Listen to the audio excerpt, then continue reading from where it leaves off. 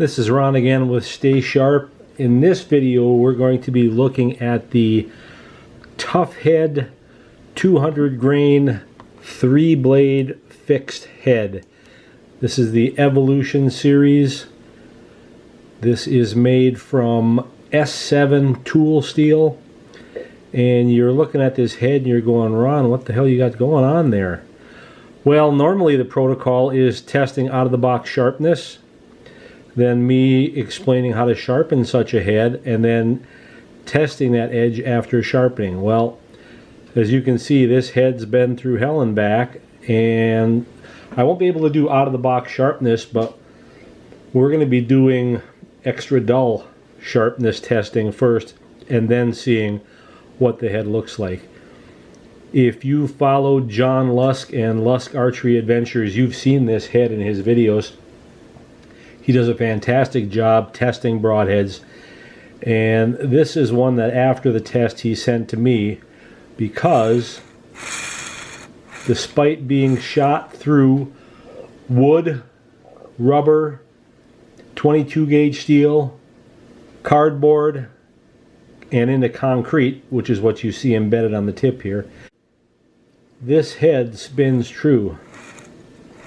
The only thing wrong with this head is that it's dull. So that's where I come in, and we're going to put it on the sharpness tester, and we're going to actually look at it under the microscope after it's been shot through all these materials.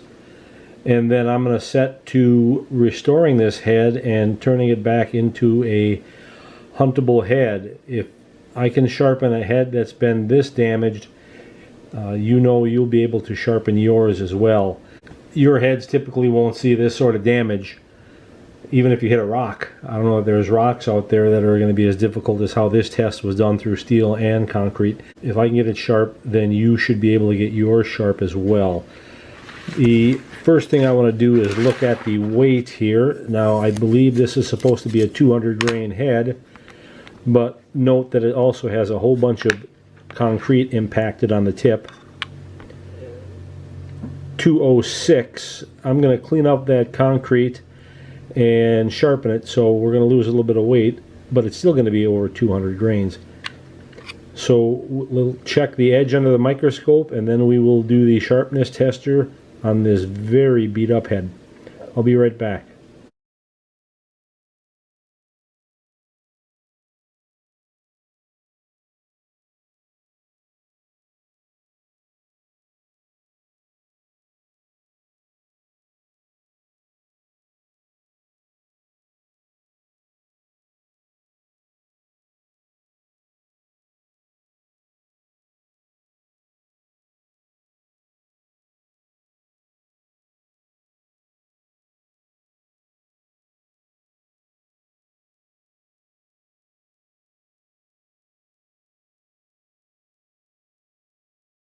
You've seen the edge under the microscope. That was pretty nasty. A lot of embedded concrete going on there. You couldn't cut your hand on this if you tried, but I have a feeling I'll be able to get this back, even though it was shot through all those materials. I'll clean it up and I'll give it a once over and we'll see what happens. But let's put it on the sharpness tester and see what we get before. And this is a good test because everybody's going to shoot their head into an animal. They're going to dull it, and they're going to want to bring it back. So let's see what we get.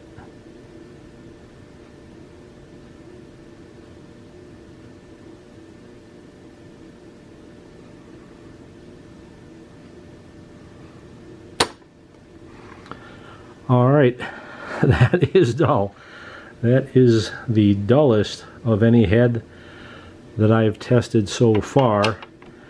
I'll show you the best certified C scale where that scores with this certified test media, but that's about as high as you're going to get.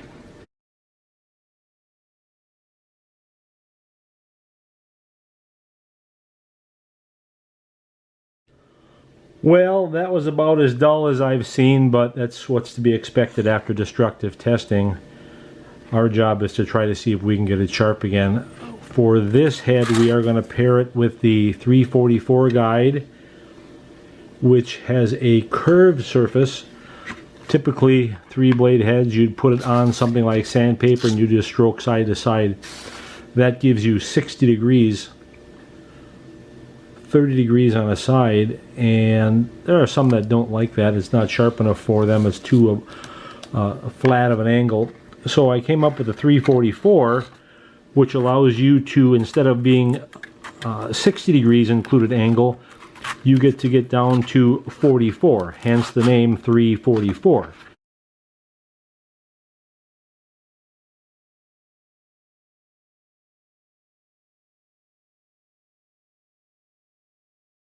And in this case, we just slide some paper, sandpaper, and I'll be starting with 240 grit on this. And as I sharpen, of course, the blades are going to get sharper. In order to protect myself, I've come up with this little holder, which as you pinch it, grabs the blade, and there's some features on there to make it so it's non-slip. But that allows you to then hold the blade safely as you go forward and backward. Now, of course, sandpaper is a sacrificial sharpening media. As you dull it, you just advance to a new spot, do some more sharpening, advance to a new spot. And as you go through it and you keep advancing it to get to fresh sandpaper, eventually you'll consume the whole sheet, right? So I'll color this up with Sharpie marker, and we want to get a burr on each side. And in this case, because I'm going to be removing a fair amount of material, I'm going to do an even stroke count to make sure I keep the tip centered. So I'll probably do something like 60, flip it, turn it, do 60, do the same thing, and watch my marker wear. And I'll keep following that until I do achieve a burr. Once I achieve a burr, I know I've gotten full metal cleanup all the way along the way. So I will coat the edge with marker. It's like trying to write on asphalt with all that concrete on embedded into the blades. And I will continue to sharpen, make sure all the marker is gone.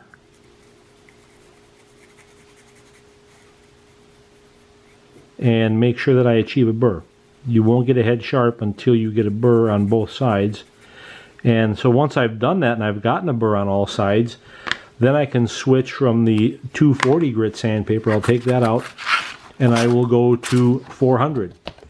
After I've gotten the burr on all the grit, or at 400, I'll switch to 8, 12, 2500. Alright, so I've been sharpening for a little while, cleaning up this head with 240 grit, and as I typically do in my videos, I stop along the way and I talk about the importance of the burr as we sharpen. Now on this head, I've been sharpening, I'm trying to figure out which side I've been sharpening on. They all look alike now. Alright, so here you can see I've reached a burr. A burr is a folded over excess metal, which tells me I've reached the apex, I've reached the other side of the blade. When the paper hooks on the burr, you know you have reached the apex, the far side of the metal. And you want to get a burr on both edges, and this is rough enough that I can actually feel the burr. I didn't necessarily need the piece of paper. But I will get a burr on these two edges. Actually, I think you can even see the burr. I can get, yeah, you can see the burr, how rough it is. I'll get a burr on the opposite side of these two. I'll switch it over. I'll get a burr on the opposite side of these two. I'll switch it over. I'll get a burr on the opposite side of these two. I'll be chasing away these little nicks that are in the blade. And then I'll switch to 400, then 8, 12, 25, and then buffing compound. And then we'll talk about this trocar tip, or not necessarily trocar, but tanto tip to prevent edge curling. This is a brilliant idea. I've been doing this on my 3-blade woodsman heads for years, and it's a testament to why this head stood up to concrete, is that extra little angle. So I'll keep going and then I'll be back. After having gone through all the grits, it's now time to buff, and with the 344 we include this piece of paper. Gets you to a link that you can get on your smartphone for a demo for the sharpener. Also says this is what you put the buffing compound, and you can use both sides. I'll just flip it over for now, but I'll just draw on it like it's a crayon. I'll go in both directions. So you're going to coat the paper with the buffing compound. That leaves the fine granules, the fine grit. You slide that under the rods, and like the sandpaper, now you've got the ability to advance it as you slide. So I will only use a pulling stroke. You know what? I should put that holder on. These blades are pretty sharp right now. There. Only use a pulling stroke, otherwise you risk scraping off the buffing compound and cutting the paper. Now in this case I'll use a stroke count. I'll do 10 on a side, and you can see the paper turning dark. That's the metal coming off. Now I will advance it one rotation, put it back in the holder.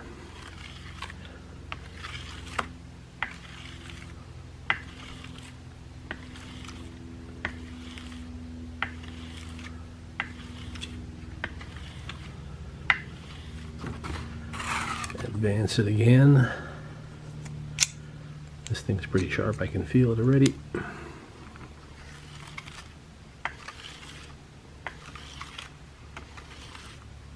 And you can do this as many times as you'd like. I do it in groups of 10. You can do this until your arm gets tired. You're not really removing that much metal, but what you're doing is really polishing that edge to make it super, super sharp. And we'll get another better close-up look of this edge. But we've already got a pretty keen edge on it. I'll do a little bit more on this, and then we'll look at it closer, and then we'll look at it under the microscope and through the sharpness tester. So here is the finished head now after sharpening.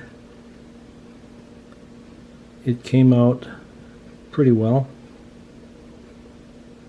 The cement on there was quite embedded, so it took a lot to get rid of that, but we have produced a pretty good edge on it. Let's see if we can zoom in on the tip.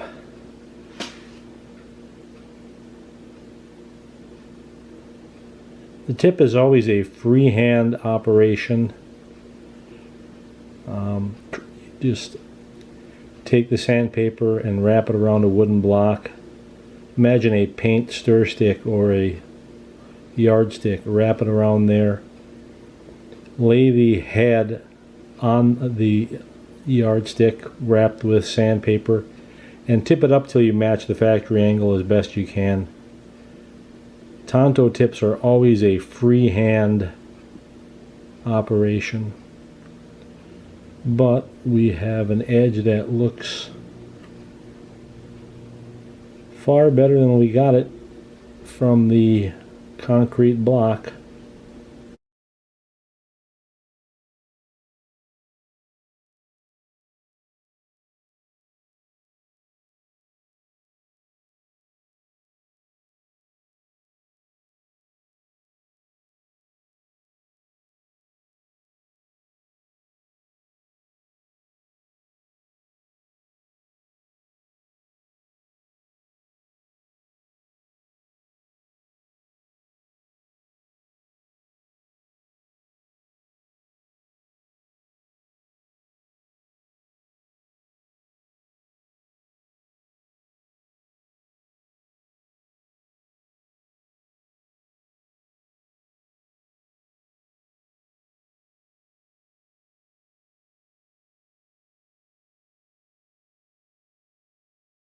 Seen the head under the microscope.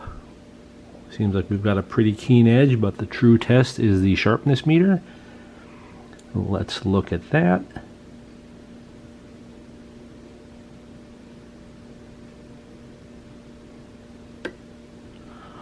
$168. So this head was not lost. Some would say, would shoot it through steel and a cement block, that this thing was toast. And that's not the case when the head is made out of fantastic steel like S7 and an incredibly strong design. The head spins true. The head can be sharpened back like new. I'm not sure what the score was out of the box, but Tuffhead always has a great finish on their blades, so I'm sure it was pretty high. But that sharpness there is near that of a razor blade.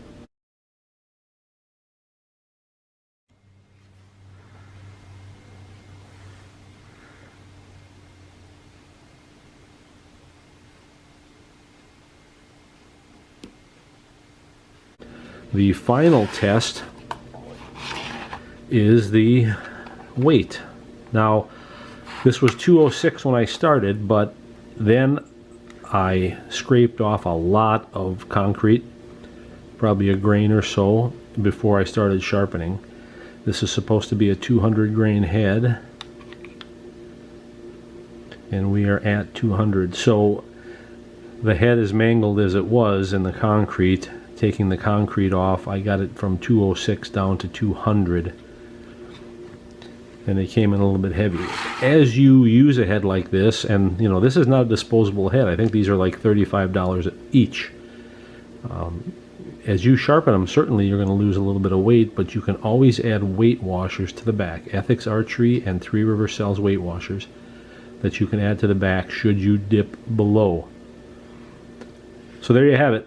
From what some would call junk shot into concrete, back to being ready to put into a quiver and sent through an animal.